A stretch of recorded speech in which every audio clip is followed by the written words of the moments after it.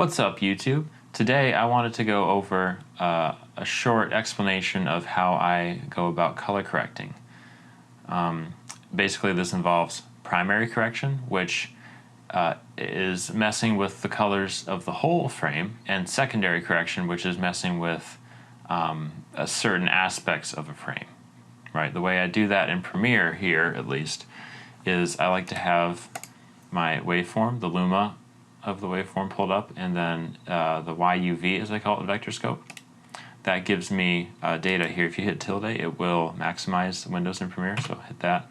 That will give me kind of a map of what's happening with the exposure in the frame, this being the left side of the frame, over here being the right side. If I minimize this, you can see over here is where that lamp is, because the Y value for this graph, 0 being black, 100 being completely white, you can see that's the bright part of the frame there, and her face is going to be somewhere around in here. Here is going to show us a distribution of the colors and the saturation of those colors. This line right here is what they call the flesh line, so any kind of human skin is going to give a lot of like red information, red color, light information to the camera, so it's reddish orange really. It's going to show up around there, and you can see we have a little bit of information there, which is I'm guessing where her face is showing up. So how I go about doing this is I gotta select your clip, and I spend a lot of time in the basic correction in the Lumetri color panel. I start with the blacks, and I like to make sure that I'm not touching 0, so I'm going to bump this up by like 0.2 and maximize this. You'll see we're not approaching 0 here. If you do, you might get artifacts when you export your video due to compression and the color being crunched a lot there, so I like to try and avoid that. You can also, if you really want to, limiter I believe, you can use a video limiter which will keep your video from approaching certain values if you want, kind of like a limiter with audio work. Second, I like to look at the whites here, which are the brightest parts of the image. And you can see that our lamp data there is kind of approaching 100, so I'm going to bring that down a little bit. So it's the brightest part of our image, but it's not going to be blown out. We're not going to lose that bulb information there. Still, you can see the outline of it here.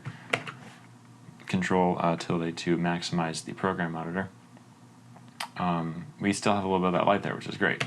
Control tilde to minimize it. All right. So maximize this. We can see we brought down our lamp again, so it's back within the legal bounds of our waveform. All right, now shadows. Generally, you see, we can look and see what parts of the image here. This plant, there's some shadows here, which is probably what we're seeing around here.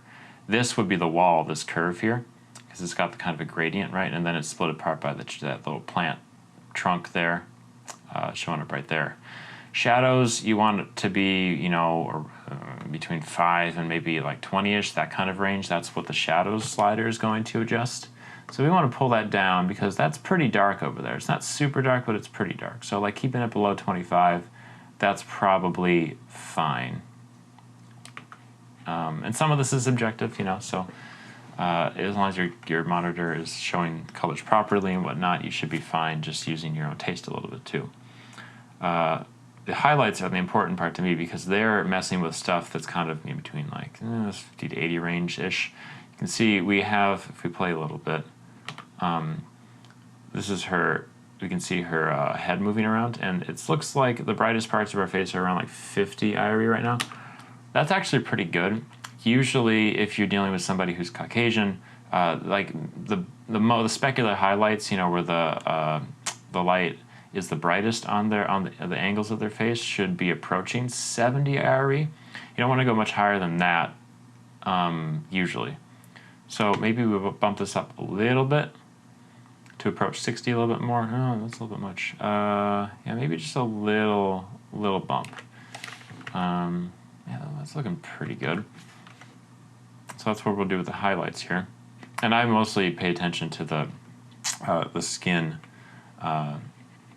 tone when I'm looking about the highlights. And tone, I believe, when you talk about skin tone, that's more about, tone is the value you have on this IRE scale. So like it's how bright something is, the tone. Skin hue deals more with the color. in case you didn't know. So contrast, I usually like to pull in about 20, 25 here on the slider just because of the profile I'm shooting in on my GH5. There we can see it's starting to look pretty good.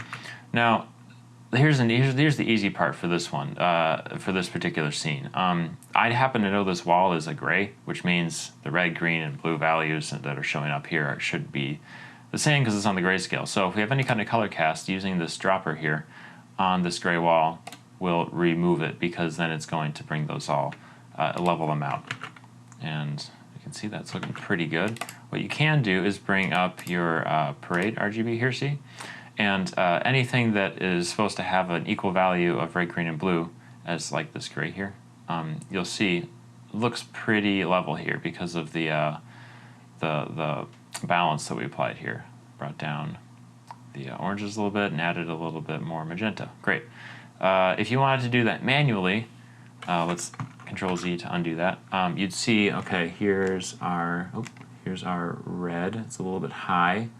Red and green are a little bit high. Blue could be brought up a little bit. So what we're going to do is adjust this temperature slider to bring the red and blue on the same Y value here, between 20 and 30 IRE. And then we're going to bring the green up a little bit, I think. See, it's hard to eyeball sometimes. I don't remember what the values were that it just gave us. So we'll see if I get it pretty close. Okay, there we go. So negative 23.8 and 0.6 here. Okay, so let's reset that to 0 and then see what Premiere would have given us. Hopefully it's kind of close. Yeah, so pretty close.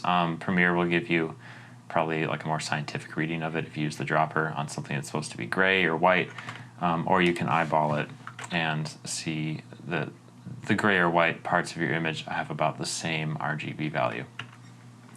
And honestly, that's probably just about all I might do here. One thing that you can do to make sure that your skin hue is good is apply a mask. Here, we'll bring that around her face. And in doing so, you can take a look at your waveform monitor again and the vector scope, and see is the information largely along that flesh line. And you can see it pretty much is here. So the skin tones are like objectively looking pretty good, which is great. So get rid of that mask. And you generally want to keep your color information here from straying outside these bounds. So we can maybe bring it up just a little bit if we wanted to, but not by a whole lot. If you like 1, 2, maybe we don't really need to do that a whole lot. Oops, 10. That's a look. Let's do 101. Just cause. There, great. So we're just approaching that line. I think that's fine. Mostly we can see that's yellowish information, so that lamp is looking pretty saturated. But overall, that's kind of the process that I like to apply to my basic color correction. We can see we've come from here and we've arrived here. Added some nice contrast, fixed the color cast a little bit, made sure your skin is in a nice area of exposure. And I probably wouldn't do a whole lot more to this, color correction wise. So if you like this, give it a comment or a like. Maybe comment what your practices are when you're going through color correction. This is just kind of what I've learned works nicely for me. Anyway, hope you enjoyed. See ya.